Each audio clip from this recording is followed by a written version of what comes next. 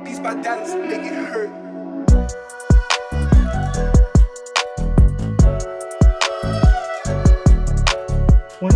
Welcome back. Deep Cover Podcast back at you.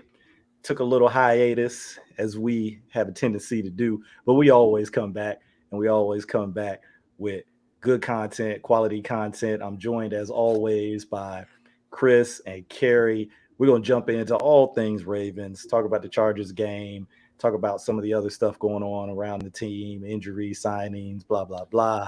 Look a little bit forward to the Bengals coming up, first division game of the season coming up here in week 7. But let's check in with the guys, and it's been a minute. Carrie, how you doing, man? I'm good, man. Glad to be back with you guys. I love whenever we link up, even if it's not recording, just a conversation with you guys, always lifts me up. So glad to be back with you guys. Glad to be talking Ravens. So, let's get into it. And we're glad to be talking to you, man. It's good that everybody's feeling well, able to have these conversations. And like you say, it's a brotherhood, man. It's bigger than football. We know that. Just got to see Chris. Speaking of brotherhood, got to see him live in the flesh at the Chargers game. How you doing, man? Chris, how's it been? I just saw you a couple days ago. I'm good, man. I'm good. Again, thank you, Mike, for putting that whole trip together. That's by far the best live football experience I've ever had in my life. So I appreciate you, putting that together. And, the next time, Gary, definitely got to be there. Definitely. Yeah, absolutely. I had back on the men, so wasn't able to link up with my guys, but it looked like a great time. Atmosphere looked great, and I'm looking forward to the next time. That's for sure. I had the easiest part, man. I can't take credit for nothing. Guys had to adjust their family lives, their work lives, their travel just to get here. I had the easy part, and it really couldn't have been any better. Like Chris was saying, I mean, the game went as well as you could want. The weather was beautiful. Good crowd. Almost had a free T-shirt. We were so close, man. Hey, we want our shirts. If anybody from the Ravens is listening to this, we want our shirts. That's false advertisement. Section 523 was supposed to get free shirts. Hey, I showed y'all my email earlier from Colleen with the Ravens, and Colleen said, "Hey, look, apologize for the misunderstanding. Wasn't really supposed to go down like that. Can't give you the T-shirts, but we can give you a hat." So I was like, hey, I'm gonna take anything that's coming my way. Man, you should have seen it, Carrie. We're in there, everybody's enjoying themselves. You got the video board, and it's like a slot machine, right, with the numbers turning. So you see, okay, this section is gonna win free T-shirt, right? And then you see the numbers turning, and you see 5. We're at 523s. You see 5, and they're like, okay. You see 2, you're like, oh. And is it 3? And everybody's like, Whole section goes crazy. I don't know how many people are in a section. Is it 100, 200? I mean, it's a lot of people in a section. I don't know, but the whole section was going crazy, thinking that we had all won T-shirts, and then there's a little bit of a mix-up down to guest services. Colleen reached out, get my hat. It's all good. Anyway. Let's talk about that game, though, because that game, man, dominant performance, really, for the Ravens. I was looking back at it because, when you're there, it's different. I remember, I'm sitting there with Chris and some of the other guys, and we're talking about different things that are happening, and it's just different when you're there in person versus when you have the luxury of having film and you could rewind and slow-mo and all that. And, somebody was asking me, like, oh, did you see that? What happened? I was like, nah, I don't know what happened. It's just so much faster, and your eyes are like going everywhere trying to watch everything. But so I went back and I looked. Obviously, we know the score, 34-6. But the Chargers, man, that was like their lowest output of the season. Like total yard, like points, obviously. Total yards. What they have? Ooh, that's not good.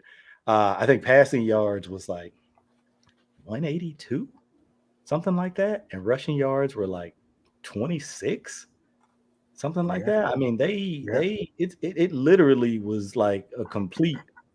Hold on, I don't think I got that right. Hold on, let me double check. I want to make sure I get this right now. I don't want to just be saying some BS out here. I actually looked up. Yeah, 182. Yeah, 182 passing yards, 26 rushing yards, and 6 points for an offense and a team coming into that game 4-1. I forget what they were scoring before that game. Um, I mean, they dropped a ton of points on the Browns the week before. oh yeah, was it 47? Yeah. Like that? Yeah, 47. So yeah, you look at their game, they were 20, 17, 30, 28, 47, and then 6. So it was a dominant performance all around by the Ravens. But I'll just give each of you guys, clean slate, open run, as we like to say here on what you want to talk about with that game. I'll start with you, Chris. What did you think, man? Whether it's offense, defense, special teams, what did you think about the game? Man, I went into it, thinking it was going to be a shootout, especially with the way the defense performed on Monday night against the Colts. I was bracing myself for a 30-something, 40-something game and, just really, really high scoring game. But the defense, man, they came. They lived up to that Ravens defense billing that day, and they really locked everything up. The Chargers couldn't do anything they wanted to do. Justin Herbert never got into a rhythm, and the offense. You called it, Mike, when this game was coming. You said this looks like a get right game for the run game, and damn it, they got right because they got all three backs involved. All three of them put up numbers, and it was a fun game to see, and I was just glad that we were there to witness it and just kind of be in cruise control, unlike the other games earlier in this season, other than the Broncos game, because they've been putting on some cardiac performances to have shaved some years off of my life. So I'm glad we got to kick our feet up and not have to sweat this one out. Yeah, when you see Snoop come into the game, Tyler Huntley comes into the game, Yeah. it's one of those games where the Ravens were in Sure. cruise control at that point in the game. Speaking of the rushing game, before I go to you, Kerry, 187 rushing yards. Lamar had 51, Devontae Freeman 53, Latavius Murray 44, Lev Bell only 18. But the most important part to me, all three backs got a touchdown. So when you've got this 3 running back rotation going on and all 3 of your running backs score, that's a good thing. Things are probably going pretty well in the run game. So, Kerry, let me kick it over to you. What did you think? What are your overall impressions of the game? Yeah, a couple of things. First thing was the defense. I can't tell you how many times through different like football podcasts and different things I've heard people say this Ravens defense isn't the same defense. You know, the fantasy prognosticators talk about it when they're talking about matchups, and you listen to other football podcasts, they talk about it. And I thought it was a prideful performance, especially by Wink, and it shows you that when you have a guy like Wink at the controls going up against still a very young quarterback, as good as Justin Herbert is, he's still a very young quarterback.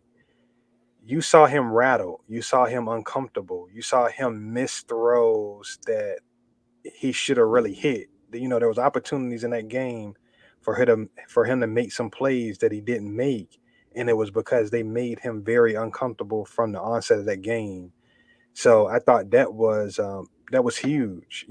This defense is taking a beating. As far as injuries, as far as some of the performances they've had, but they stepped up big time. In this game, and then on the offensive side, like Chris pointed out, and as you pointed out before, Mike, this was a good get well spot for the run game because of how the Chargers play things. And honestly, if you look at it, the Chargers were right to kind of go about it in the approach that they did. You have a banged up offensive line. The Ravens lost their number 1, number 2, and number 3 running backs before the season started. And you have an MVP quarterback throwing the ball.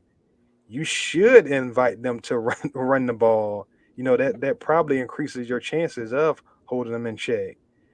But this game and this team was just so efficient with it. And Lamar, I mean, he played. That was the best, whatever 100 yards and 2 pick performance I've ever seen from a quarterback, because he was in complete command throughout. So, like, hats off on both sides of the ball. I thought, they had a really, really impressive performance, but those two things really stuck out to me as far as the game. Got to unmute myself. There we go. Getting back to it. Yeah, I'll chime in just on the defensive side of things. Look, we know Mike Williams was banged up coming into this game, didn't practice all week, and so I want to take that into account. But just the heater that he had been on for most of this season. His stat lines going back to their first game, right? These are catches, yards, and touchdowns. 882 and 1, 791 and 1, 122 and 2. A little bit of a stinker against the Raiders in there. I think he had like a 1 for 11. Then got right against the Browns, 165 and 2, and then 2 for 27 and 0 against the Ravens. And Keenan Allen didn't fare much better. I think he had five catches on 50 yards. Jared Cook, the lone touchdown for them. And Austin Eckler, man, 6 carries for 7 yards, 4 catches for 48 yards. And so, they took this offense who had been thriving on the big play. And, particularly at their wide receiver position, guys putting up big time yardage games and touchdown games. And again, want to mention Mike Williams was dinged up, so I understand he wasn't at full strength, but they shut those guys down. I mean, there's basically no other way to describe it. They were shut down. They kind of had, and Chris mentioned that they kind of had Herbert uncomfortable all day. He just never really seemed to be able to get comfortable. And even when he had time to get throws off, he wasn't consistently accurate, with his ball placement. And I think that just was all tied into just that uncomfortableness that he was feeling. And he said after the game that they did some things that they hadn't shown. The Ravens defense had done some things that they hadn't shown on film. And so, that all factored into him just not being able to get comfortable and get into a rhythm. And the Ravens, just kept their foot on the pedal, man, throughout that whole game. It kind of reminded me of a fight, a UFC fight, because the Chargers are like, karate kicks and all of this stuff and real flashy stuff. And the Ravens were just like a wrestler where they don't give you any room. They don't let you get off any of those flashy kicks and all of that stuff. And that's what it seemed like it was. The Ravens just smothered them. And the Chargers were never able to get off those flashy kicks and those, crazy punches that they like to throw. So it was interesting to see the Ravens impose their will that way. Well, they say styles make fights. Mm-hmm. And, you just gave a really good analogy right there where, you basically had the grinder versus somebody trying to throw a bunch of kicks and, they're doing like crane kicks and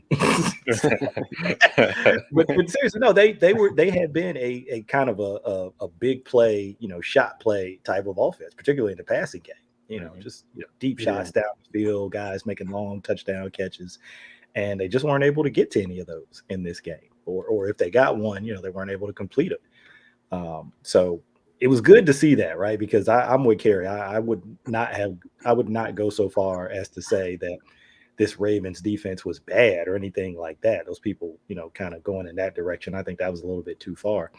But they hadn't put together this performance to date, and this was kind of reminiscent of what we've seen historically, really. I mean, we all know the Ravens are known for defense, but even if you just go back over the last couple of years since Wink has been the defensive coordinator, we've seen these kind of performances, and so this was a gem. This should definitely give them some confidence moving forward. And it was interesting to see some of the little tweaks and changes that they made. Josh Bynes, getting a little more run in this game at inside linebacker. Patrick Queen was injured during the game, had a thigh injury, so some of it was probably related to that. But Bynes was up, he was active, so he was gonna play. And I think just that kind of subtle shift of having him maybe take some more of the Mike linebacker snaps and allowing Queen and Harrison to kind of play Will a little bit and allowing them not to have to worry about getting people lined up and getting the front calls and checks in place. I mean, I think people know Chuck Clark, green dot, right? He's signaling in the defensive plays, but that front seven, it's typically going to be a linebacker having to kind of get those guys lined up and any adjustments that they have to make, based on what they see up there. So I think that's a lot to have on your plate as a young linebacker, right? You have all of that responsibility, and then you have your own individual responsibility, trying to make sure that you're reading your keys and focusing in on the things that you need to do. And then the ball is snapped, right? And you gotta react. So that's a lot. And so I think it was smart, I think, on the coaching staff's part to say, hey, let's just take a little bit off of these guys' plates, right? And allow them to play a little more freely and just run and just play ball and not have to carry so much on their plates. And I think it made a difference, in this game. Is it something they're going to do going forward? I don't know. I try not to think about stuff like that because who knows? The NFL is so week to week. So for this game, I think it was a good approach, and I think we saw it pay dividends. We'll see what happens next week against Cincinnati. Division games, everything kind of goes out the window with division games, records, how you've been playing. Like even this game, we all are talking about how good this game was and how dominant the Ravens looked, but you almost have to forget about that going into this Bengals game. It's like blank slate. It's a division game, and you just don't know what you're going to get when these AFC North opponents get together. Anything else you guys wanted to talk about with this game? I'm kind of tiptoeing around getting to that Bengals game, but before I do that, I know we wanted to talk about some other stuff around the team, but anything else on this game you guys want to hit on? Yeah, I wanted to talk about Josh Bynes because, like you said, he just brought this whole unit together, it seemed like, and they just seemed to be playing as one cohesive unit. And it wasn't just Josh Bynes, it was Deshaun Elliott too, his presence, because with him back there, they were able to move around Steven so much, and they were able to move Jimmy around a little bit. So, Wink loves to interchange all of his DBs. He has some guys blitzing, some guys staying back. You never know who's going to be where. And I think Elliott gives him more of that freedom to do those exotic looks and kind of mix and match certain pieces in different places. So those two guys were a major addition for that defense. And you saw the calming effect that he had. And it was almost like 2019 again, where Josh Bynes was part of that crew with him and LJ Fort that brought calmness to that defense in that 2019 season. And it's like deja vu all over again. And he looked great yesterday. It wasn't just, he was calling out plays and getting everybody lined up. There were a few plays there where he was getting into passing lanes and he was just dropping back, getting the right amount of depth that he needed in order to close some of those windows for Josh Herbert and make things tighter. So he had overall just a great game. You definitely see his experience show up when he's out there. I mean, he knows what he's looking at. He knows, how to focus in on his keys, right? He can look at formation tendencies. He can look at kind of that immediate post-snap reaction if he's reading a blocker or if he's reading a tight end's release or running back's release. And he reacts so quickly, even though he, is not as athletic as Queen or Harrison, and he's got a few more years on him than those guys. He still plays at a really high play speed because he recognizes things and diagnoses things so quickly, and he knows, what's happening around him and what the play is and what the concept is. So yeah, you saw a couple times he's sitting back there in zone and he's getting his hands on balls and stuff like that. And that's just, experience and recognition. So that's never going to hurt. I think anytime that you can have that out on the field, that's always going to help your defense, because the things that those guys can communicate helps everybody else. And to your point, Chris, they make their plays too, right? They're able to get in position and get their hands on some balls and make some plays. And I was trying not to bring up the Deshaun Elliott thing. I'm a little biased, so I didn't want to be the one to bring it up. But I was just waiting, just kind of calmly, quietly waiting. So he had his moment, when he steps out, and people were like, "Oh, Deshaun Elliott, he's balling." Yeah, he is. It was good to see him. That interception he had covering Jared Cook, that was a thing of beauty. And then just he has an energy. There's an energy about him when Yeah. he's out there that he brings to the defense, whether it's the pass or versus the run. And I love to see it. And then, like you said, you can now do some other things with those other guys, Jimmy, Tavon, Brandon Stevens. You can move those dudes all around. That chess piece kind of flexibility. And, Owe, obviously, they're still doing all kinds of stuff with him. They've got him playing over the center, off the ball. He's spying Justin Herbert.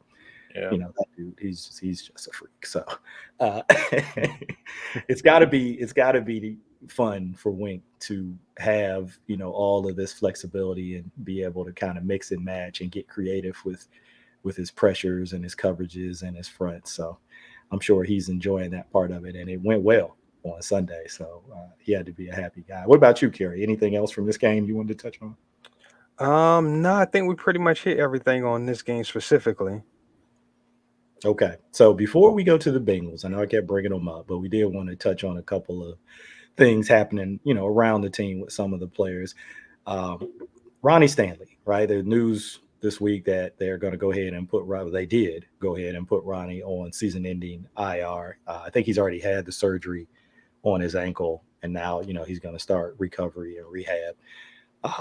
He put out a statement through the team, but also on Twitter, he did like a little, 3-4 tweet thread kind of explaining where he is mentally and, how disappointed he is that he's not out there with his brothers, with his teammates, and how much he's looking forward to, getting back out there in 2022.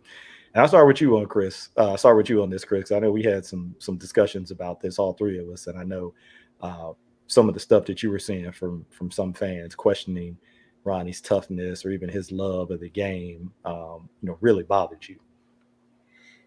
Yeah, it's a silly thing for people to kind of insinuate, not even insinuate, but to flat out just say that this guy doesn't love football or he doesn't love his job. I mean, that's just stupid to say. Football players, they're people just like everybody else. They can have other interests outside of football, outside of their job, and it doesn't mean that they don't love their job. It doesn't mean that they aren't dedicated. It doesn't mean that they aren't putting their all into it. So to talk about Ronnie Stanley like that, a man who you don't know, who you've never met, you've never had a conversation with, and to go ahead and just flat out say he doesn't love football, or to sit on your couch and sit on your ass and say he's not tough, he's soft, he's always injured. It's the NFL. People are always injured in the NFL. And when you look at Ronnie, he has not playing 16 games every year, but there isn't a long list of guys that play 16 games every year. He's missed 2 games, 3 games. Obviously, with this devastating injury, he's missed a lot more time than that. But for the majority of his career, he's been there for the Ravens, and he's performed very well. So for people to come out and say these things about him, it's so dumb. It's so dumb, and to insinuate that, I've seen people say he got paid and now he could just milk this injury. It's like he's going for surgery for the 3rd time, and he has to go through a whole nother rehab process. And for people who don't know, it's not just you move your foot around a few times. It is rigorous work and it's painful. It sucks. I can put my life on it that he would much rather be practicing than having to go to rehab. So let's just take a step back when we start throwing these accusations out about people we don't know, people, we just watch them play a sport and we get short little glimpses of them in interviews. Let's just not throw those kind of accusations out like that, because you end up, one, looking dumb yourself, and two, it's just not good for your whole, like, the team that you root for, because I'm pretty sure Ronnie's in his hospital bed and he probably sees some of that stuff that people are saying, and it has an effect on him. He's a human, he's not a robot. So just don't try not to be that way, and just send well wishes and just pray that he can do, come back from this injury better and hopefully resume his career at the high level that it was at. Well said. Very well said. Kerry, anything you wanted to add or give your perspective on this injury with Ronnie and kind of that situation? Yeah, I think Chris summed it up pretty perfectly, man. These guys put in an immense amount of work just to be able to play a football game. Not a season, one football game. The amount of work and things that they have to do to get themselves ready to play. And it's mind-boggling to me that people would see that level of work and see someone putting that amount of effort into something and then question their love or question their heart or anything like that. The two things just don't make sense together. It's crazy to me. Like, if I have ankle surgery today, guess who's not getting on the football field? Matter of fact, if I have ankle surgery, I'm not walking until 2022, let alone playing no football. So, so the fact that these guys can go through this stuff and they're just like, okay, well, grind continues. They go, they have their surgery, they rehab, they come back, and a lot of times these guys play at just a high level as they did prior to the injury is a credit to the amount of work that these guys put in. And Mike, we all had this conversation. There has to be some kind of level of love for you to do that. Yeah, I know there's pressure. Obviously there's money involved.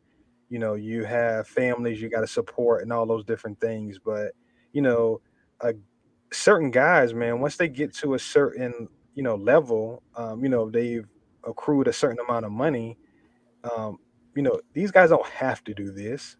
Some of these guys can walk away. Once they gotten that first deal, gotten their signing bonus, kind of squared some things away. If they made good decisions with their money, these guys can walk away, but they continue to do that, and they're trading on their bodies because they love the game, because they love their team, they love to compete. So, for anybody to question that is just insane to me. And then taking it from the human element to just the element of it from the Ravens standpoint, it's just going to be interesting to see what they do at tackle going forward. Because you got Villanueva, who's under contract through next season. Patrick McCarry is a restricted free agent. I would expect him to be back. You got Jawan James. He's under contract through next season as well. But you go into the offseason, and now all of a sudden you got Ronnie Stanley coming off of an injury, and then you got three guys at tackle going into their walk year. So it's not an if the Ravens are going to draft a tackle, it's when the Ravens are going to draft a tackle. So, but it'll just be interesting on how high they prioritize that, and just how high they take a tackle. So that's something I'm very interested to see how they view the tackle group.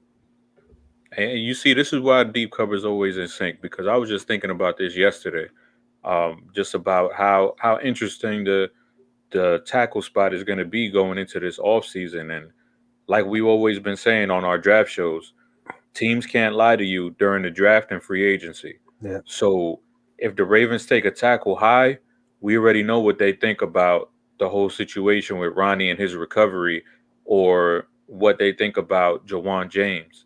So I really do. I really wish I could fast forward, because it's something that I just really want to see and know, because there's so much uncertainty in the air, where they have these four guys who, obviously can be serviceable to above average. And then with Ronnie, in Ronnie's case, we already know he's one of the top tackles in the league.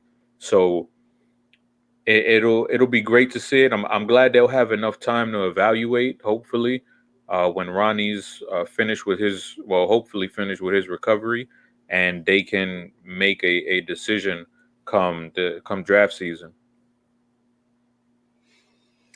Yeah, we know they got a ton of picks. Oh yeah. Going into the 2022 draft. They are loaded for bear. Was it like 14? If 13, 14 picks. Something crazy like that.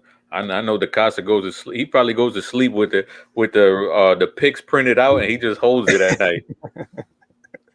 Every draft pick counts. Yes, sir. EDPC. Every draft pick counts, and he's got a bunch of them to work with, and it will be interesting and to see what they do moving forward. But I think you both hit on this, and I know Chris, you've said it repeatedly, really, that whatever they do in the draft, it's not like the cupboard is bare right now, right? You talked about Juwan James, you talked about Alejandro Villanueva, you talked about Patrick McCarry, who you, like Cole Jackson, you guys both have kind of always been on that point of his best position being tackle, right? And, he played and on that, I just want to throw something out there to you guys. What do you guys think of them possibly extending him and making him the full-time tackle? Because it's a short sample size, but I mean, he's looked really good so far. So if you could lock in a guy like that who's still young and seemingly ascending, because this is his first year playing tackle in the NFL, and he's going up against Von Miller, he's going up against Joey Bosa, and he's not out there looking like a fool. He'll get beat here and there, but he's giving it to them. So I would not be against them making the team making him the right tackle of the future. Yeah, I absolutely agree. Definitely. And when you look at the way he plays and what the Ravens asked their linemen to do, from a movement standpoint, he just fits. He fits like a glove. I mean, he's just a perfect fit for what they want to do. And like you say, he's young. He showed himself well. I mean, just look at the Kansas City game to start with, going up against the quality lineman that he was going up against, and hold his own in that game, and to just keep it going. And I think, and honestly, I think he'd probably be a bargain, when it comes down to negotiations, because nobody, even this Ravens team, didn't think he was a tackle until they had to make him a tackle. So, obviously people are going to watch the tape and kind of look at things, but the advantage they have is that he's a restricted free agent, so they can slap that tender on him and keep other teams at bay. And then it's just about a negotiation between the team and his agent, instead of negotiating with, the rest of the league. So that would be definitely something I would be looking into pretty heavily if I'm DeCosta. Yeah, and I'll make it 3 in a row on that. I agree with both of you guys. I think he's played very well at right tackle, based on probably what my expectation was. Not that I didn't expect him to play well, but I'm just thinking, this is a tough ask, of anybody. Yeah, he played tackle in college, but they basically converted him to center in the NFL, and he played center for a number of games. When you go back to 2019 when Skura got hurt, I mean, he basically had to come in the second half of that season and play center. And so, and then, it was kind of the backup center back into 2020, and then had to play some more center then, and then had to play some tackle at different points. So if nothing else, I agree with you guys. I think he's shown that he can play right tackle and can be the right tackle moving forward. But if nothing else, that versatility, I mean, you guys obviously were Ravens fans, so you'll remember this name, James Hurst, right? Kind of that flexible backup reserve offensive lineman. But Patrick McCarr is like another level, right? It would be disrespectful to even say James Hurst 2.0, because he's the next iteration, right? He's not a 2.0. If anything, it might be Patrick McCarry, James Hurst might be Patrick McCarry minus 1.0. Because James Hurst is the great value Patrick McCarry. yeah, exactly. Because McCarry has shown, he can play center and give you solid reps there. He can play tackle and give you solid reps there. We know he can play guard. He's done that, either left guard or right guard. So when you have somebody with that kind of ability, And young guy, like you said, 2 years old, RFA. Yeah, I go ahead and try to get something done there with him if I can, because to Kerry's point, he continues to play this way. That price tag's only going to go up. So today's price, 100%. He already knows.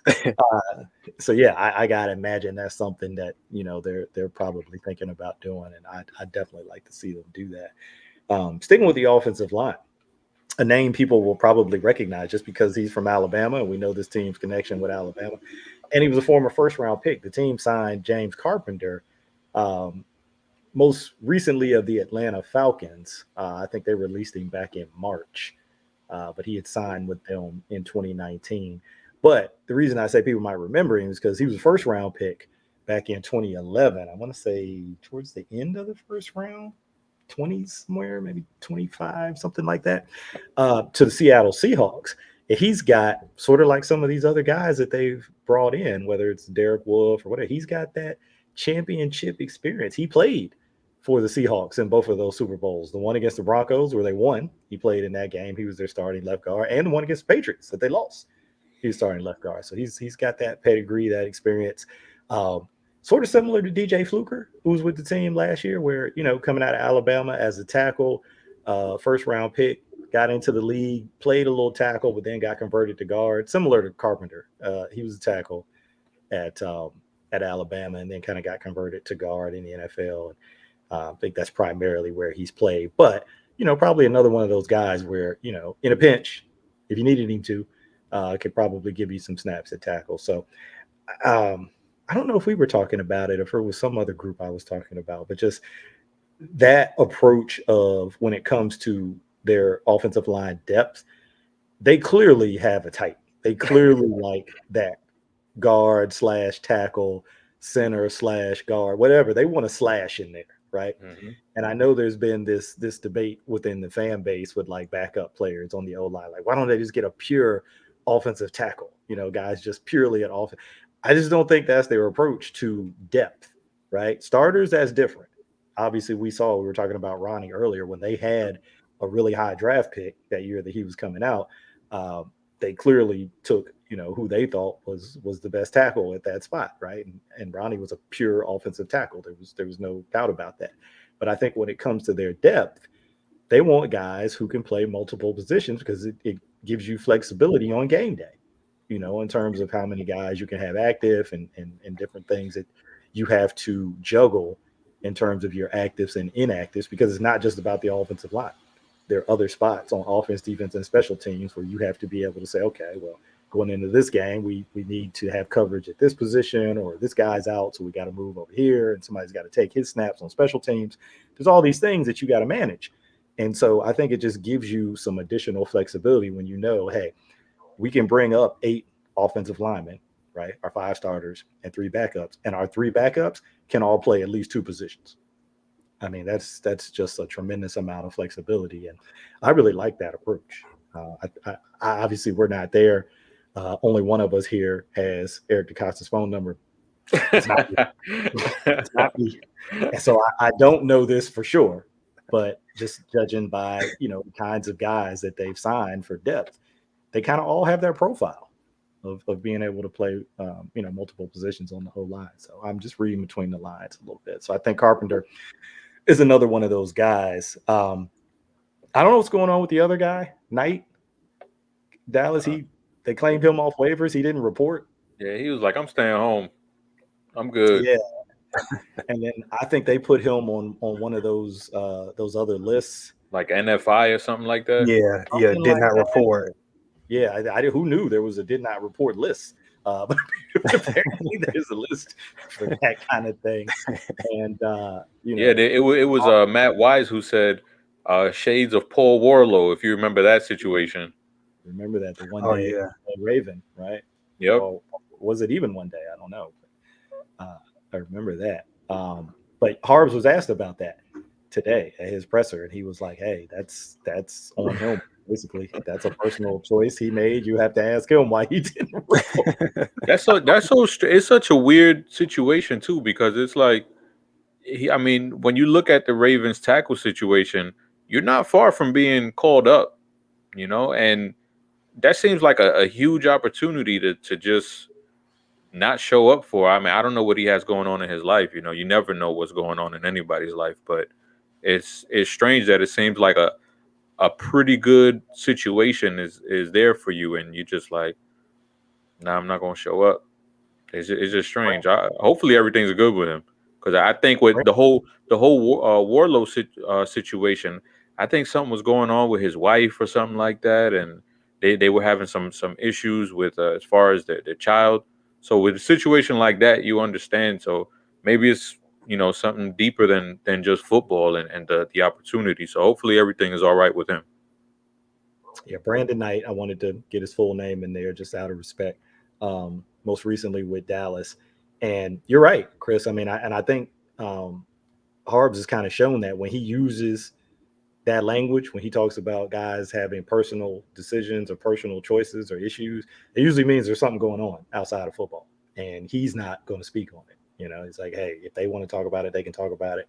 Other than that, I'm not going to speak on it or speculate on it. So hopefully he is okay. Because again, he another guy who played tackle for Dallas most recently. So that would be another nice depth piece to have. But we'll see what's going on with him. And then one last guy, I want to mention this guy. I'll admit I don't know much about him. He's linebacker, inside linebacker, Joe Thomas. I think he was with the Texans most recently. But the thing that stood out to me was our buddy at Yoshi 2052 shared a story about his dad, Joe Thomas Sr., who he either was trying to become or he actually did do it. I didn't get all the way through the story. It was a pretty long story. The oldest college football player to start a game. He was 55 years old, and he walked on at South Carolina State and was going to workouts, going to practices. Yeah, and just wanted to get a carry in a game. It could be something simple as that, because he was running back in the day. He played in high school and college, and just wanted to get a carry, just to say he did it. But really an interesting story too. Just when you read through it, that part of it is interesting enough. But just his background in terms of the things that he kind of went through in that in between period, right? When he played high school ball, college ball, and then kind of his in between life. And he had been a wrestler and had done a bunch of other things just to try to make ends meet, but never gave up on that dream of getting that carry in college ball. I think he played in high school. I think that's what it was. He didn't play in college. He played in high school, but he dreamed of playing in college. And so this is crazy, man. I think he actually did it. I didn't finish the story. I think he actually did do it though, because that was kind of the headline of the story. So this is kind of an interesting thing there. Who knows? He better stay close to the phone, because with the way the Ravens running back position looks, they might have to give him a call soon. Hey, we've already got Junior on this thing. He said, hey, look, man, we know your dad is in shape, man. If you look at the pictures of him, that dude was in shape, man. 55 years old. Yeah, rocked up. Shape. So just a little interesting nugget there. But yeah, we've seen this and we know this as Ravens fans. DeCosta, man, when it comes to the roster, that thing is never finished. It's never set.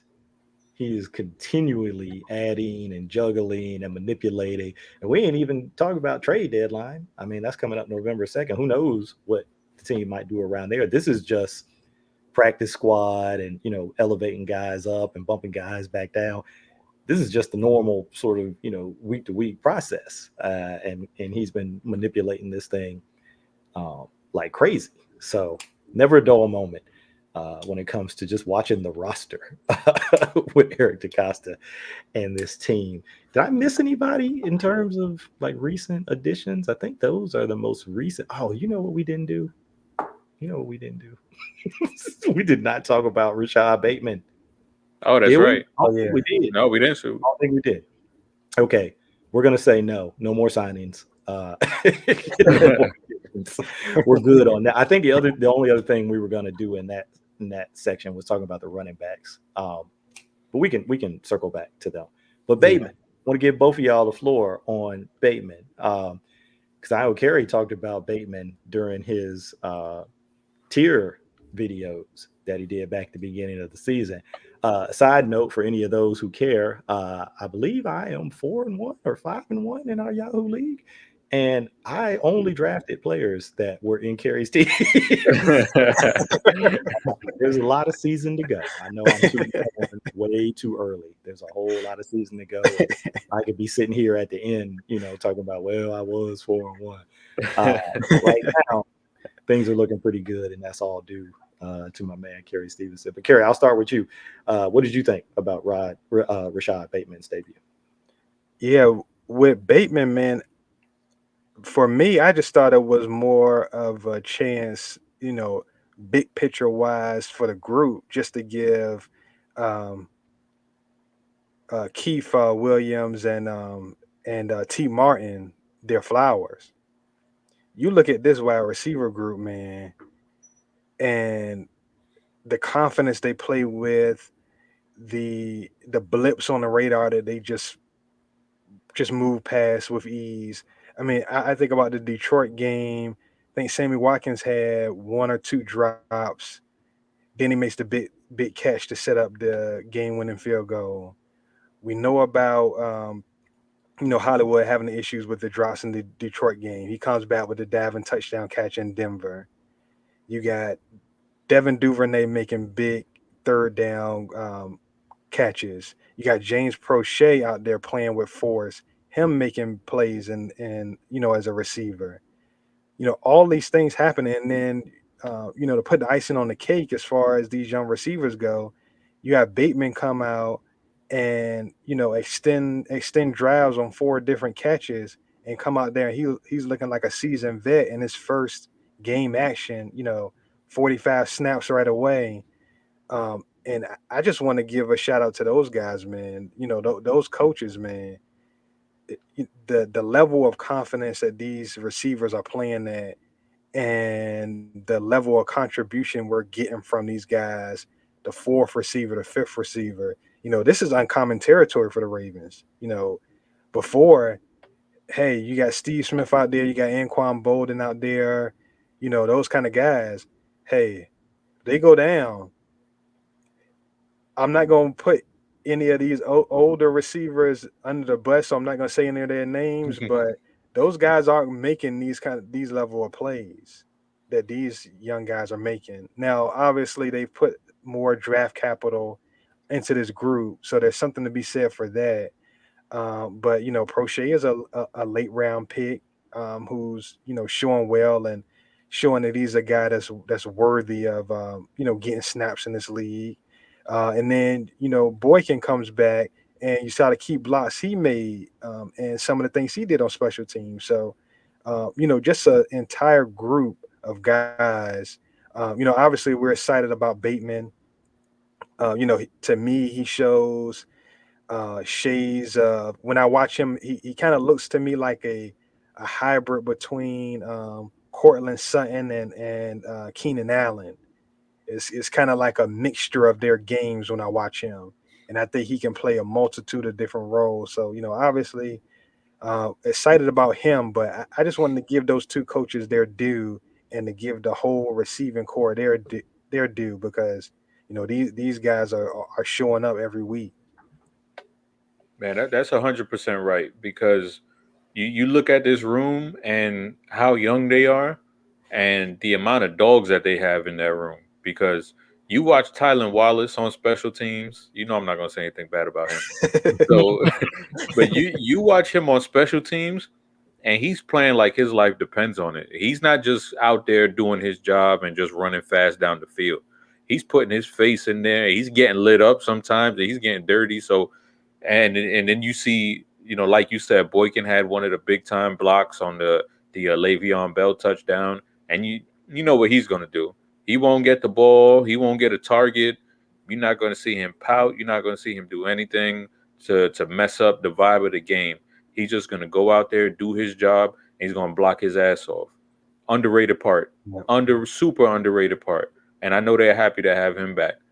And then you mentioned Prochet and Duvernay, where they're kind of gaining that trust from Lamar, where he's going to them in big time third down moments, and they're showing up. They're producing. And let's not even get started on Duvernay's kick returns, because we haven't seen this since Jacoby, where we have a competent kick returner who's actually netting positive yards the way Duvernay is. Yeah. So just when you see the guy like Bateman, who they've never had a guy like this, who has this type of pedigree and this type of polish coming into their organization, and they have a guy like Hollywood, who's taken the next step this season, where you see him go into another level of producing. And then you have Sammy Watkins. You know what you have in him. You know, the trusty vet who you know he'll be dependable and get to his marks where he needs to be. So, like you said, man, it's a great first year for Martin and Williams, because what they're doing right now we've never seen in Baltimore before. So hats off to them, like you said. Yeah, they do deserve a ton of credit. The guys deserve a ton of credit because obviously they've taken the coaching and they've applied it in practice and applied it um, to games. And the thing that seems to consistently stand out, at least to me, I mean, you could probably narrow it down and point to individual things, but just across the board with all these guys when they run their routes, it's just separation. They all just create separation. That's something that I know has kind of been a pet peeve when Ravens fans talk about wide receivers and guys not being able to separate and create space in between them and defenders. But you see that consistently with each of these guys, and we know that Keith Williams, having worked individually with some of the best guys in the league, and for those who remember him, and his YouTube videos out there, that's what he preached, man. It's just the really technical fundamentals of how you run routes and how you create separation and how you catch the ball. And so those guys obviously have all taken everything that he's saying and everything that T. Martin is saying to heart and translating it out on the field. And the special teams piece you mentioned, that's near and dear to my heart. So seeing Tylen out there, giving it up, seeing Miles back doing his thing, Duvernay on punt returns. I mean, leading the league in yardage and average. And people, when I saw that, I was like, well, okay, didn't he have like a long one in there? And I looked it up. So yeah, he had a 42-yarder in there. But you take that one, he's got 233 yards. You take that 42-yarder out, that's still 191 yards and 13 returns. You have 14 overall. So take that one out, 13 returns. He's still averaging 14 yards of returns. It's like 10 yards a pop, like every time he's back there. And that's a combination of him and his speed, but also the unit and their blocking. That's a huge factor. And you see those guys. I could show clips for those who are interested of guys like Tylen Wallace. Miles Boykin just came back, but even before him, Christian Welch, Brandon Stevens, guys out there, Chris Board, and CoCap, of course, who's been doing it on special teams for a long time, just getting after it, and getting in position to set up some of these returns and give Duvernay an opportunity. And, he's going to break one of these for a touchdown this season. He's been close a number of times already, and one of these things is going to pop. And it's not going to be a surprise because they've been so close to it, and they're playing at such a high level there. So yeah, man, all of that. Agree with everything that you guys said about the coaching staff, the players at that position. They've been doing it, man. And the Ravens offense, if you had told me with all the injuries that they had, with the state of the offensive line, particularly coming out of that first game, okay, if we lose Ronnie, going to have to shuffle the deck a little bit more. If you had said that they would be 7th in points, 4th in yards, and people say, oh, well, that's rushing yards. We know, they put up a bunch of rushing yards. Yeah, they put up a bunch of rushing yards. They're 4th in rushing yards, but they're 11th in passing yards, right? So, I mean, they're doing it on both sides. Offense. They're doing it in the passing game and the running game. So I just wouldn't have expected that. I know with Lamar, you got a chance to be special in every game at any point when you've got that guy. But the deck just seemed to be so stacked against them that I thought, okay, they're obviously going to compete and play hard. That's what they do. But I did not expect the offense to be as explosive as it's been up to this point. So that's really been fun to watch. Let's do the running back thing real quick, and then we'll go to the Bengals, and then we'll wrap it up. Running back won't take long. Just I think people saw some of the tweets. Ravens fans saw some of the tweets last week leading up to the Chargers game when they elevated Le'Veon Bell, that this was his last practice squad elevation. You get 2 call-ups, 2 regular call-ups. These weren't like COVID call-ups or anything like that. And then the team has to make a decision. They either have to put you on the 53 or they have to release you. So we saw that today, it was either today or yesterday, Le'Veon was put on the 53. Latavius Murray got dinged up a little bit in that Chargers game and didn't practice today, so we're kind of watching his status. But let's just say, let's stay positive and say that he's okay and maybe gets a chance to practice at some point this week. Yeah, let's not call him soft. No, well, you got Le'Veon, you've got Latavius, you've got Devontae Freeman now, all on the active roster, and you still got Tyson and Nate McCrary, who they brought back from the Broncos, had him in the preseason. Broncos snapped him up, and then the Ravens got him back on the practice squad. So I'll start with you on this one, Chris. What do you see them doing moving forward with this running back rotation? Greg Roman already talked about, as much as you like to have all these guys active, you can't practically have 4 running backs active on game day. So how do you kind of see the thing shaking out as they go forward? I see it as if let's just say Latavius is out this week, I think they're gonna go with a 1A, 1B of Freeman and Le'Veon. What Freeman has showed the last couple of weeks, especially on Sunday against the Chargers, he pushed the clock back on himself a little bit, because there was some runs there where there wasn't much, and he was able to squeak out these little tight spaces and able to pop off for a 6-7 yard gain. So that's something that we haven't seen before yet this year from any running back, really, other than the first week with Tyson Williams, but the Ravens broke him, so we won't be seeing that anymore. But that's a whole different story. I think I think he might be up this week if Latavius can't go, but you never know. Maybe they'll want to see a little something from McCary. So we'll see. Yeah, we saw flashes of 2015, 2016 Atlanta Falcons Devonta Freeman. Fantasy players will remember some of those seasons. And you were right, Chris. Like, just as I charted the run game, I just finished it today, and I was like, man, this dude got through some tight creases, and just the vision, the patience to allow those creases, as small as they were, but still the patience to allow the blocks to form, to set up those creases. Like, hey, I can get through that. Right. Mm-hmm. I see it. I know I can get through that. And you can see he still has the short area quickness and the burst. You see some of the jump cuts. You see the little burst through the hole.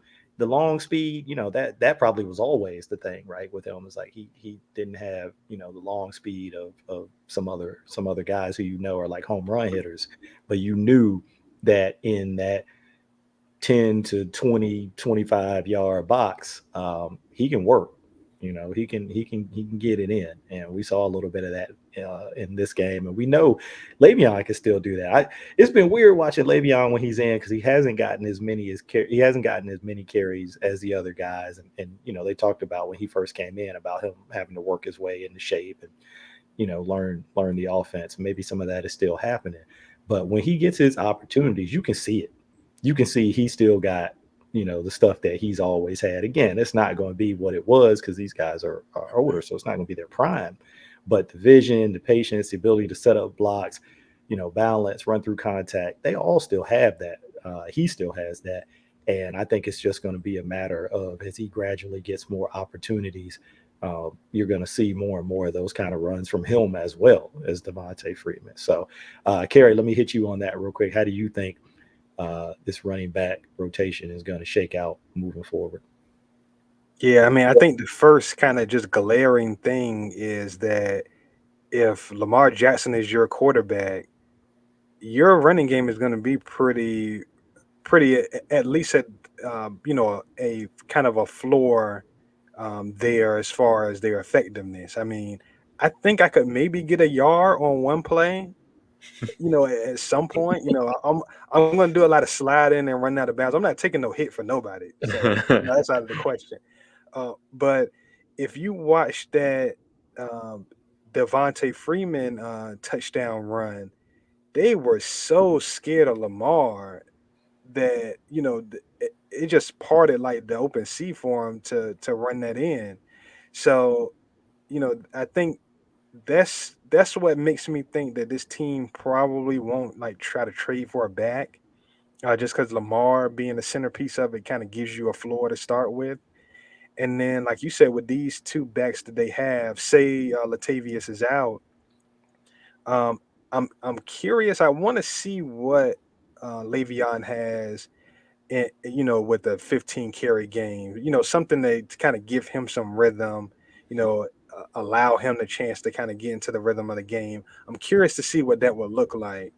But Devontae Freeman just feels like more of a fit as a run finisher inside. Le'Veon definitely has a little bit more juice. He moves better laterally of the three veteran backs. So there's intrigue there because of that. But then Freeman, I think him and Latavius are run finishers. I think they finish runs in a way that I think um, is going to jive better with his offense and what kind of Roman wants. But an interesting part of it, man, is quietly all three of these veteran backs can play in the passing game. Whether it's pass protection or catching out of the backfield, all three of these guys can play. So it's not a situation where you're giving yourself a tell depending on who's in the game as to whether it's going to be run or pass. That's a sneaky element of this is, they can pretty much run anything with any of these backs because they all are veteran guys that can pass protect. So hopefully Latavius is okay and we're not looking at a huge extended absence. But if we are, I think it'll be you know maybe a good opportunity to get one or the other, whether it be Devontae or Le'Veon. Maybe lean on one or the other just to kind of get a feel for who has what and try to see what these guys can do with a little bit more rhythm. You're not lying about that passing game experience because um, people probably remember that about Le'Veon. People probably know kind of to a lesser extent Latavius Murray, even though obviously he played down there with the Saints and Drew Brees, and if you're going to play in that offense, you got to protect Brees. So he certainly understands protection. But Ravens fans know Le'Veon, and we know he was basically a slot receiver when he was in his prime. Right. I mean, he had a couple of 80 catch seasons, but I didn't realize Devontae Freeman had a 70 catch season one year down there in Atlanta. So he was putting up some numbers in the passing game.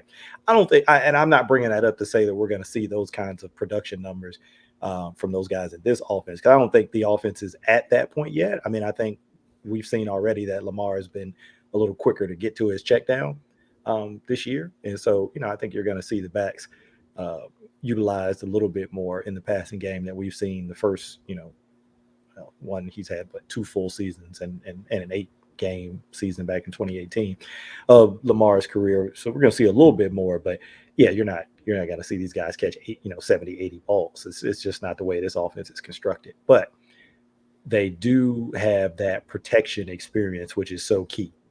That's just, you got to have it in the NFL passing game, because your running backs are going to be on the field.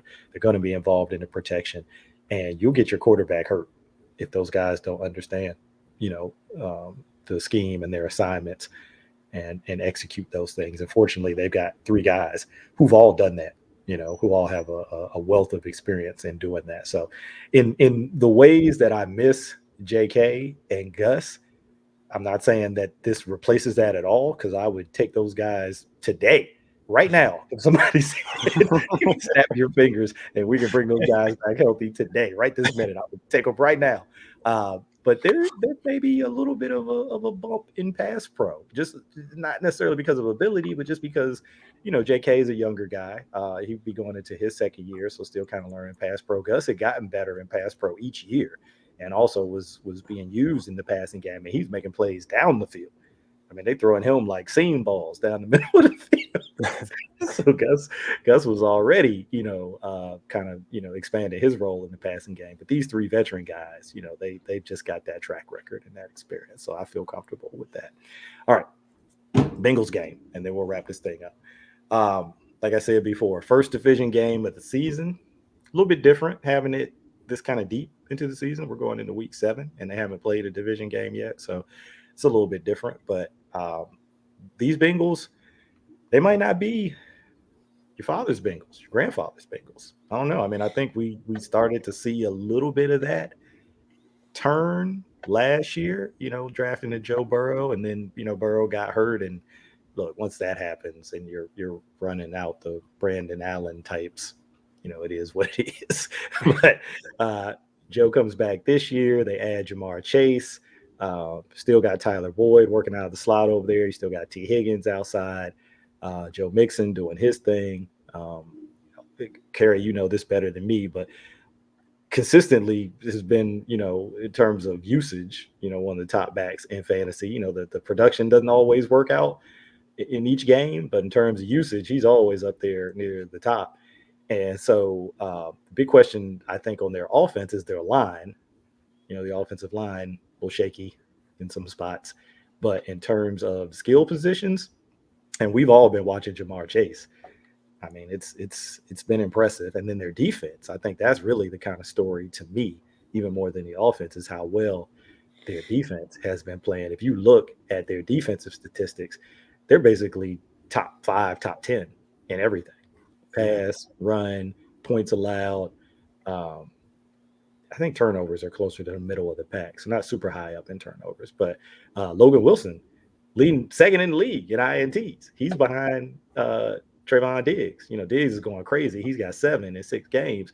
Logan Wilson, an inside linebacker, he got 4 picks. So they've added some guys, Trey Hendrickson, to beef up that pass rush. Obviously, I talked about Logan Wilson. I was a big fan of him coming out of Wyoming. Jesse Bates, my man back there at center, at free safety, still playing well. Von Bell has been playing well this year. They brought over a Wouzier at corner from the Cowboys. He's been playing well. Mike Hilton from the Steelers, who we know, in terms of a blitz coming off that slot, he can definitely give you that element. So it's going to be interesting when you look at, how these teams are playing and coming together in this game. So I'll start with you, Kerry. What do you think about this matchup and kind of what are your keys? What are you looking at going into it? Yeah, this is going to be a tough game, man. I think it's going to be a hard-fought game. You mentioned a lot of the guys they have on defense that are playing well, right up the middle, getting DJ Reader back healthy this year in that interior, and then adding Larry Ogunjobi from the Browns to kind of bookend him in that tackle spot is big. So they're playing well right up the middle. Offensively, they're running the ball. They're lining it up and they're running it against teams. They're not playing at the fast pace they did last year, and they're not throwing the ball all over the place like they did last year. They're lining it up and they're running it at you, and they're having success with it. And for me, Joe Mixon is one of the best pure talents at the running back position in all of football. So, this is going to be a game where Ravens are going to have to be sound tackling. They're going to have to be sound setting the edge and those things. You mentioned Logan Wilson. He's looking smooth and fluid out there in coverage. Lamar is going to have to be careful about making mistakes over the middle of the field in his area because of that. And then Jamar Chase, I guess he figured out how to catch an NFL football. That was, they said that was an issue coming in, but Chase is one of those guys. I always tell people, if he was 2 inches taller, we would have been talking about him in the draft process like we talked about Calvin Johnson before, and AJ Green before, and those guys. He's that level of a talent, and that's scary, man. That's something they're gonna have to account for. And then you got T. Higgins on the other side of him, who we know what he's capable of doing at the catch point. So, they got their work cut out for them in this game, man. I'm looking forward to seeing, how this plays out. And for people who maybe just kind of been seeing highlights or maybe, tap into it from the fantasy perspective, you got to really look carefully at what Chase is doing to realize just, how special this is. I mean, they played 6 games. He's got almost 600 receiving yards. He's got 553 receiving yards in 6 games, and he's only got 27 catches. So, I mean, he is being targeted down the field. I mean, he's averaging over 20 yards a catch. So, I mean, this man is doing work down the field. There's a name that comes to mind as a rookie season and having a lot of down the field plays. I will not mention that name because that is blasphemy. Put anybody else in that company. But Jamar, man, as I think about it, I think about another guy who they called the freak, who could make some plays down the field. And Jamar is making plays down the field in that same vein. Chris, what do you think about, man? I know somebody told me the other day I'm hyping this Bengals defense up like they're the 85 Bears. What are your thoughts about this match? No, I think they have a good defense, and like Kerry said, they got DJ Reader, they got Larry Ogunjobi, who, to me, for my money, he's been one of the most underrated defensive linemen in the league for a while now. Yeah. He was a terror for the Browns, and of course, he had to just go from the Browns right to another division rival. So we're gonna be seeing him two times a year. So they have some really good pieces and guys that we've talked about in the past with our draft shows with Logan Wilson. I know he's a guy that we've gone over. Akeem Davis Gaither's another guy that we've talked about. Jermaine Pratt, I think he went to NC State. He was a guy that I really like coming out. And all of those guys, they contribute a lot to this defense. They're the middle of the defense. So I would believe that the Ravens would want to attack their cornerback group. I feel like that is the weak spot of their group. Attacking those CBs would probably be in their best interest, in my opinion, because running up at this defense, I don't think they'll be able to do that because they have some stout guys on their defensive line. I mentioned Reader, I mentioned Ogunjobi. But Sam Hubbard, he's no slouch. He's not a guy that you could just push around. Trey Hendrickson, he was doing his thing down in New Orleans, and he's a guy that's going to play with his hair on fire too. So I definitely believe the secondary is where you want to attack. As far as the offense, we all know the place, their weak spot is going to be the offensive line. Even with that being said, shoot, as far as, we all know about Chase, we know about T. Higgins, and, we know the history that Tyler Boyd has killing the Ravens, but they've been getting CJ Uzoma involved a lot too. And we know that the Ravens have not had a good time with tight ends. So I think that's somebody that they really, really need to hone in on. I mean, obviously you got to, deal with Jamar Chase, but if you let CJ Uzoma go wild on you like he did against the Jaguars, he's shown that, all right, you can't cover me. I'm gonna, we're gonna hurt you if you can't cover our tight end. And I think they should not sleep on him or just feel like they could just put anybody on him. No, it's gonna be all hands on deck situation as these division games are, right? It's gonna be scrapping, clawing, tooth and nail, and it usually is if the game is close, in terms of score. It usually is that player who you don't expect, right? Somebody steps forward, or a player or two steps forward who makes a key play or two, and it's somebody who maybe wasn't a household name or not the first name that comes to your mind. But somehow, some way in these division games, those guys find a way to kind of tip the scale when the game is close. So look, I'm hoping it goes the way that the Chargers game went, You know, I was going into that game thinking, okay, that's going to be a tough game. Both teams 4-1. You know, division games, you kind of think the same thing. It's going to be a tough game, regardless of record. I would love to see it go the way that game went, but I just expect this to be a competitive, hard-fought game. And this Bengals team, man, they're trying to measure themselves. You know, Yeah. I think they're 4-2. I think that's what they are coming Yeah, in. 4-2. I wanted to know, do you guys think that the Ravens may have Marlowe Shadow Chase Jamar Chase? Jamar Chase. You know, it's interesting. Wink has not shown a real propensity to do that, like with regularity. That's not the way I want to describe it. He's not shown a propensity to do it throughout games. I'm not saying he's never done it before throughout a game, but it seems like he is more willing to do it situationally. So like those high leverage situations, third downs in the red zone, then he's shown that, you know, he's kind of more willing to have Marlon shadow whoever he thinks their best guy is. You know, we've seen that. They did some of that in the Raiders game. They even had Marlon on Waller on a couple of snaps on third downs and stuff. So I think he'll do it. He seems like he tends to prefer just to let his guy play sides. You know, Averett's got a side, or before that it was Peters and Humphrey, but now Averett and Humphrey have sides. But in certain situations where he's like, yeah, we got to make sure this guy doesn't beat us in this situation, he's shown that he's willing to do it. But you never know. He's also had games where he said, look, you're on this dude all game, Marlon. Wherever he goes, you go. So I could see it. You know, I think we didn't talk about him a whole lot when we were talking about the Chargers, but I thought Averett had kind of a bounce back game. You know, he had maybe a catch or two that he gave up, but he also made some plays on some balls down the field where he kind of tightened his coverage down a little bit.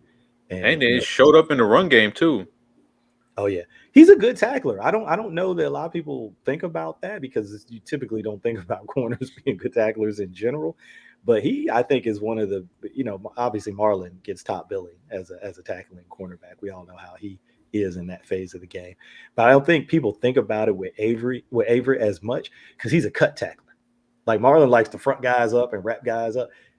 Averett likes to go for that hip and drive his shoulder through the hip and say he's a cut tackler, which is fine. I mean, if you can get people on the ground that way, that's fine. But I think he's actually, you know, low key a pretty good tackler at corner, which is not a surprise. A lot of, you know, Alabama quarterbacks, you know, you're going to have to show up in the run game down there. It ain't just about covering people, so they know that. But that'll be interesting to see what they do with those matchups, because let's just say you did that. I'll throw it back at you and just play it out. Let's say they did that.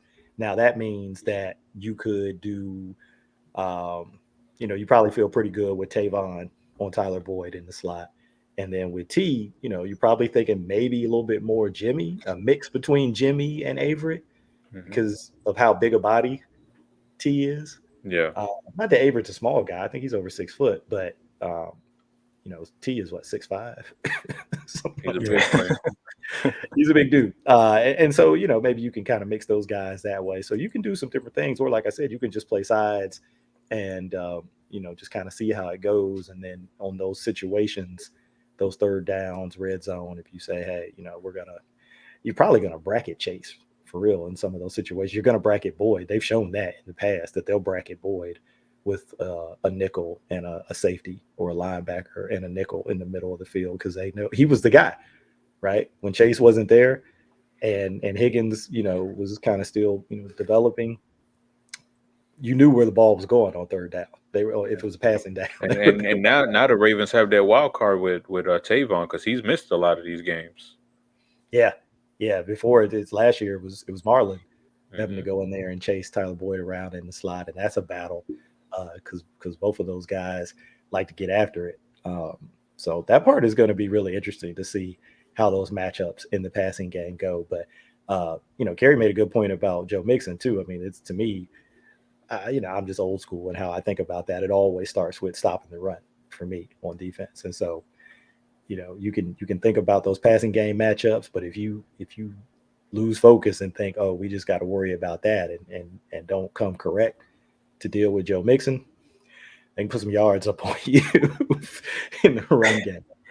And they just watched this Chargers team get overwhelmed with Wink and his blitz packages, and they know what their weakness is on their team as their offensive line. They do not want to get into that kind of game. They're gonna run the football. Best believe they're gonna come out and try to establish that run.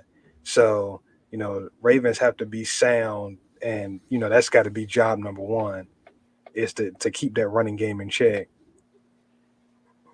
Yeah. Another name, we talked about those names that you might not necessarily think about. I'm just throwing this one out there because when I watched the Detroit game, he kind of jumped out to me in terms of making some low key plays. Their second running back, Chris Evans, a little bit more of a passing, specialist kind of back. I mean, they gave him a couple carries, but man, you can throw him the ball in space. He'll make some guys miss. Yeah. He'll do some things after the catch a little bit. I was impressed with that dude. I remember I rocked him a couple times in preseason DFS. And because I don't remember if he played wide receiver in college or split between wide receiver and running back. I kind of forget what his background is, but he's very comfortable catching the ball and can do some things with it, after the catch. So just another one of those guys where you might see this guy come in. I think he's number 25. And you might, come in on a third down or give Mixon a blow, and he makes a catch and, gain some yardage. You're like, who is this dude? Just keep that name in mind. Chris Evans, somebody to watch a little bit. That's all I got on the Bengals. Either one of you guys want to hit on anything else on this game? No, I'm good. No, Good. I'm ready to watch it. I'm ready to get this first division game in the books already, because I know they must be chomping at the bit to, really get into this AFC North schedule, because, we're used to seeing the Bengals first game, the Browns on Thursday night, week 2. That's usually how it's been for this last decade, and it's week 7, so they're ready to get to the AFC football and play these big boy games now. How sweet would it be to get this win, because it's a division win, and to go into your bye? You roll up in there, 6-1? I mean, that would be pretty sweet. But that's cart before the horse. They ain't even played the game yet. We got to see how that goes. You mentioned the Browns. I almost slipped and said my Browns. We mentioned the Browns. mentioned the Browns. I won't get into that right now. We'll go ahead and wrap up. Man, the injury bug. I mean, look, Ravens fans don't want to hear it. I got it. I'm a Ravens fan. I don't want to hear it. The injury bug is showing up over there in Cleveland a little bit right now too. Chubb out again. I think Kareem Hunt's going to be out. They're going to shut Baker down, at least for a game. JOK is out. This is a bunch of dudes kind of falling off the wayside. Now, Ravens fans love it. I know. As Ravens fans, we love it, and we would love to see them hit a little losing streak over there. And I do want to see them lose when they play the Ravens. But I'm not gonna lie, when they're not playing the Ravens, I don't mind if they play well. I'm not gonna hide that. I'm not gonna be ashamed of that. Anyway, let me stop that before the views of Michael Crawford are not the views of the Deep Cover Podcast. I was gonna say, let me stop that right now before people stop. They stop subscribing and they start complaining and. Hey, I'm sorry. Just act like you know what? I might even just edit that out. Y'all might not even. But look, we're gonna go ahead and wrap this episode up.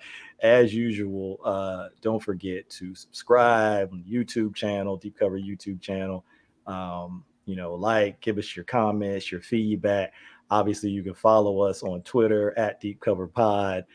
We also have the audio pod. It's just the audio version of this video show that will also be coming out. You can find us on any of your podcast platforms, Apple, Spotify, what have you. We're out there on all of those. So you can get this in any way that you want it. And we're gonna get back on track here and try to keep churning these out for you guys. And as always, we appreciate everybody for listening. Thank you for rocking with us, tapping in.